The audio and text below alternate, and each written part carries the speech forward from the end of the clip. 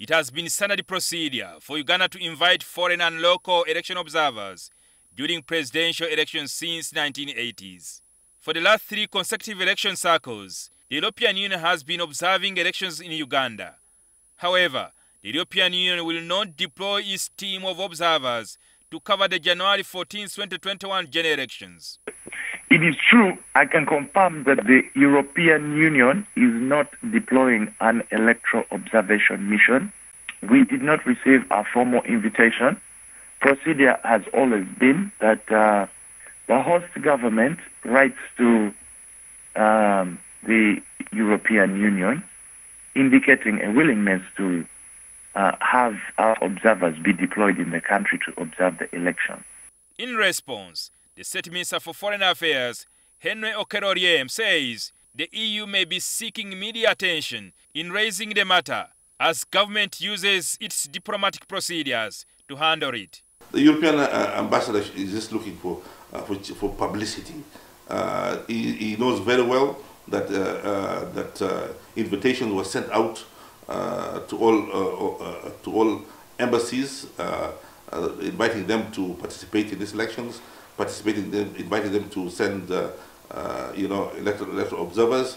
But I don't know why he did not come to my office. But Gyezaho says European Union cannot be invited through a simple letter. From government to government communication, you cannot just send it to whom it may concern. It's the kind of information you'd find on a notice board. What has always been the procedure is a formal invitation is written. And there's no particular reason why we should reach out to these Europeans and Americans, which you are so impressed about. We don't owe them anything, my dear brother. We owe everything to the people of Uganda. The Electoral Commission also insists that the European Union was invited through the Foreign Affairs Ministry.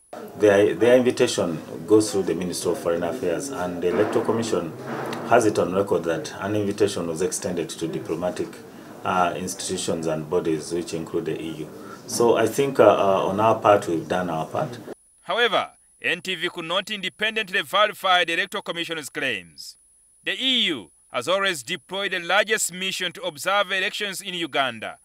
An expert in election observation, Chris Pekaheru, believes that their absence this time may have an effect on the international credibility of the polls. They are consistent in terms of being on the ground, but they also are consistent in terms of actually writing election observation reports, but beyond just writing them, also following up on the recommendations that they make to make sure that these are actually implemented by different stakeholders, including government, including the electoral management body, including civil society, security agencies, etc. So if they are not on the ground this time round, so there is a flavor that is going to be missed in this particular election. But that doesn't stop the elections from being conducted. Observers observe the elections. The people who organize and conduct and supervise the elections and the structures, everything is already in place.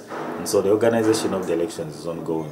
Following the elections, the EU usually recommends to government of the conduct of the polls, although the reports are always tinged with recommendations to improvement that are not always implemented.